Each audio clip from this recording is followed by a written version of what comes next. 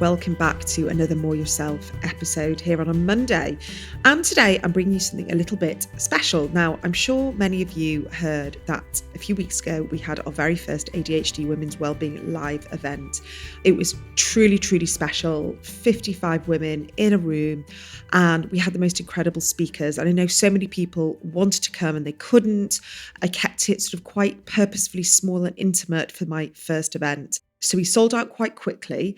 And I know that lots of people were saying to me, please make sure you record it. So we did. I actually invested in some brilliant AV, and my editor was there on the day, and she has helped create a fantastic audio experience. So as a little taster, I have given you some of Hannah Miller's talk today on today's episode.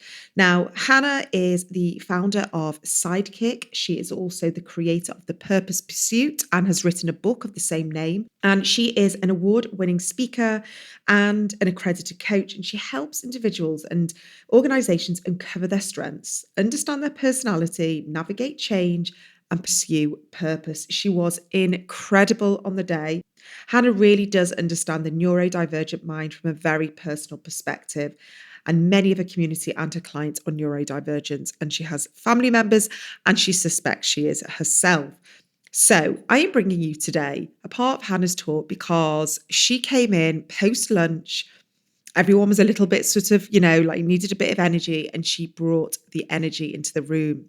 And she covered fantastic topics. Like literally, it was just, 45, 50 minutes of really groundbreaking, earth-shattering, straight-talking information about purpose and meaning and creativity through a late diagnosis of, ADHD, autism, or just being able to acknowledge neurodivergence for the very first time.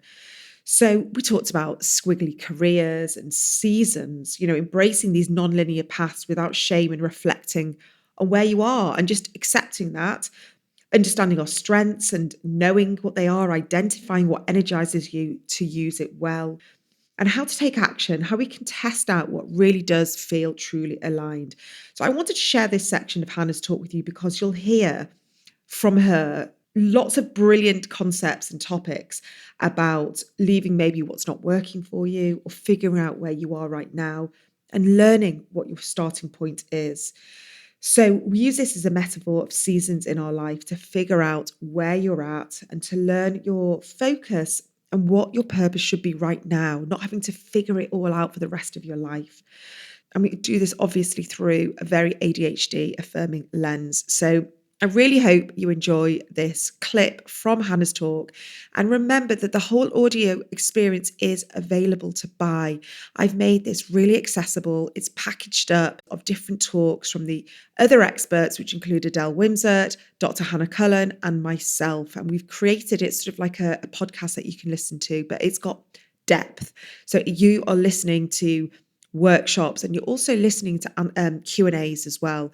So I really hope that the experience kind of transforms you into that room. And I promise that the next event that I do, I'm going to try and make in a bigger venue so we can do more people. But for now, have a listen to Hannah Miller, and hopefully you'll be interested to buy the audio experience. And all the details will be in the show notes, or go onto my website. It's all there, ADHDwomenswellbeing.co.uk.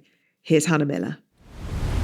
And there's a great phrase I heard recently called directionally correct. And what we want to be is moving in the right direction. So it's okay if you're gathering information from different things that you've done, but what we do want to do is get warmer and not colder.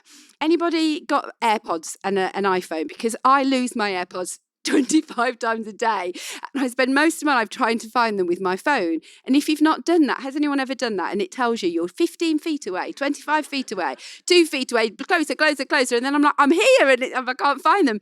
It's a bit like that with our sense of purpose, that what we want to do is to feel that we're getting closer, and we're not getting further and further away. So please be encouraged that the bravest people, the wisest people, when they get the data, this isn't for me, they actually work out how to move on. What's worse is to stick at something that's not working for you. Why is there a prize for 40 years of longevity in a career that you absolutely don't enjoy? Yes, we have to stay and provide for our families. I'm not suggesting we all just wildly irresponsible. I'm saying there's a space in between both of those things. Okay, right. So the route, where are you now? So the first thing you need to do is you need to consider where you are. You need to know where you are before you can go anywhere. If I had time, I'd tell you many stories about, I get lost often. Most people follow me on Instagram because I have a travel nightmare every single week. That is the main source of entertainment. What's Hannah done now? And actually, there's a point in this that a lot of people will come to me for help. Where should I go? But they haven't really thought about where they are now. And you can't, when you're trying to get going on a journey, but you haven't got GPS at the start, you can't begin your journey if you don't know where you are. And so I would encourage you, first thing to do is to take stock of life right now. Where are you now? What does life feel like? What's good? What's the bad? What's the ugly? How do I feel about the work I'm doing, the life I'm in? What things do I enjoy? And I think this is especially important if you are diagnosed more recently and you've got new information and your world has perhaps taken a bit of a disorientating moment and orientating, probably both at the same time. Where are you right now in your life? I want to speak for a moment to those of you who are finding yourselves wanting to go deeper, not just in your own ADHD understanding, but wanting to support others more intentionally, more ethically, and more holistically. From what I am seeing out there, there is a real shortage of good quality, properly trained ADHD specialists. So many people are finally receiving a diagnosis, and then they are left without any ongoing, informed, compassionate support. And that's why I'm really glad to share the Neurodiversity Training Academy with you. This is for people like yourself who may want to specialise in ADHD and ADHD coaching. So it's including anyone that is an existing coach, therapist, health professional, educator, and consultant. And yes, many of their students are neurodivergent women, and they are actively welcoming more men into this work as well. And what makes this training stand out is the depth. It goes beyond the surface level strategies and looks at ADHD across the daily life, the lifespan, including hormones, stress, energy and burnout, emotional regulation, RSD, sensory processing, and executive functioning. The approach is science-led and holistic. It's ADHD and ADHD informed training. It's also CPD and ICF CCE accredited and is constantly evolving. So the more we know, we're learning all the time with ADHD. And that is what's so powerful about the Training Academy, is that they constantly evolve with this, because this space moves fast and staying up to date matters. And importantly, this isn't just about learning, it's about sustainability. And founder Kim, who I have known for quite a few years now on this journey, brings over 20 years of her own business experience supporting students to feel confident and ready to build a values-led practice. And their ethos says it beautifully: lose the label, wear the badge. So if you've ever felt called to support the ADHD community more deeply, or you want to add more skills and tools to what you're already doing to help remove the shame and recognize more strengths and offer truly informed care, this could be a powerful next step for you. You can download the brochure or book a call to explore their accredited ADHD practitioner, coach, and advanced ADHD pathways at neurodiversitytrainingacademy.com/pod. This is about raising the standard of support so ADHD minds can truly thrive. Now back to today's episode. And I think one of the things I talk about in the book is this idea of seasons. This has resonated with a lot of people, and paying attention to the kind of season you're in is a really good idea. I'm just going to quickly tell you what my idea of the seasons are. And by the way, you could be in a season in one aspect of your life and a different season for another aspect of your life. Do you feel like you're in a spring? Spring is, we're literally, I love spring. I'm like, oh my gosh, it's blossom. It's a crocus. Spring is that time when new things are beginning. It's when the foundations are in and you can start to see shoots of new life. Maybe you've been putting hard work in the background and all of a sudden you're beginning to see some new beginnings. Maybe it's that early season of parenting, if we were going to use the kind of arc of life. But it's that phase of your life where perhaps you're in a new career or a new phase and things are beginning to spring up. It's not in its heyday yet, but it's pretty good and you think the signs are coming that you're on the way up on the curve. A second season is the summer. Who wants to be in that for eternity? Because we all do. And in reality, we aren't going to be. And we would love to be. But the summer season is when everything is going well. The sun's out, things are growing. There's a feeling of, I'm at the pinnacle of what I'm doing. I feel like I'm in the heyday. It's perhaps the time if you've been, doing house renovations, you're in the house now, or, you're enjoying that sort of finishing touches and beginning to feel like things are in a summer. And some of you might be sitting here and think, yeah, probably on balance, life's a bit of a summer. Some of you might be feeling like you're in an autumn. And an autumn is like not the end yet, but you sense change is coming. You sense that things are finishing and something else might be coming. I've got a friend I walked the dog with early this morning, and she said, I think by the end of the year, I'm going to have moved on from where I work. And she's worked there for 10 years, and it's a charity she really cares about. And so she's probably what you'd call in an autumn. She hasn't moved on yet, but it's coming. There's a sense of it coming for her. My children are on the verge of moving out. They'll probably, my eldest is getting married. Can you believe that? So he won't be moving home. But the other two, I'm sure, will probably come back after uni. But I'm in the autumn of the parenting years, I guess. I mean, it'll be a new season, it'll be another one, but I'm not in the everyone in the same house all the time. I'm not in that phase. I'm not in the kind of the tween years when everyone's lives revolved around one another. I'm in the autumn of that season. And therefore, we've got to begin to let go. Winters are those times where we just feel like things are really barren. We feel that we've had to let go of loads of things. It's the end of stuff. We can't see that new beginning yet. We just feel really broken and there's nothing growing. We are empty nesting, if to use that example, or perhaps you've just completely gutted that house you're going to renovate, and at the moment all you can see is a broken, empty building, and there's no signs of life yet. Or you're at the end of a period of your life that feels the end of a relationship, or you've maybe had a bereavement. That can feel like a winter time. I lost my mum in November, and my last year has felt like such a hard winter. Really has. But the good thing about in wintertime, roots are going down. You can't see it. The trees look bare, but the roots are going down and growing in that time so that when that new time comes, that I think you talked about post-traumatic growth this morning. Yeah, when that new time comes, your spring comes, actually you have grown in that winter.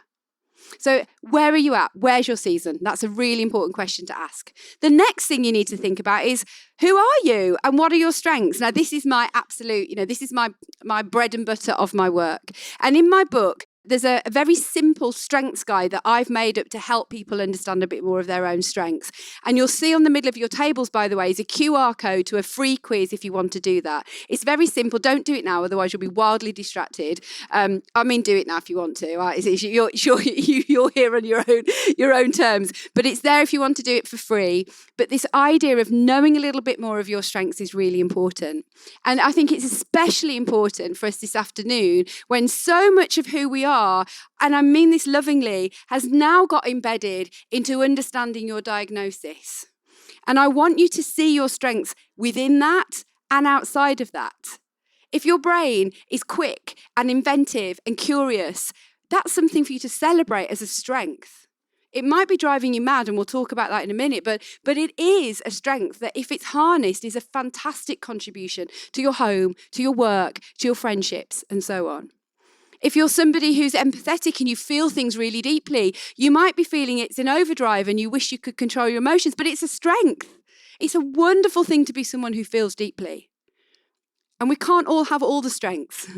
If you're really deeply logical, then that's great, but you're unlikely to also be deeply irrational and spontaneous at the same time, They're all important aspects, and we all need to play our part. And this guy, Donald Clifton, said this: what will happen when we think about what's right with people rather than fixating on what's wrong with them? And his work was about looking at human talent. What do humans do really well? And every single one of you will do something better than hundreds of thousands of other people, or do something different. And when we don't show up, when we sit passively, when we don't contribute, that little piece of the puzzle is missing.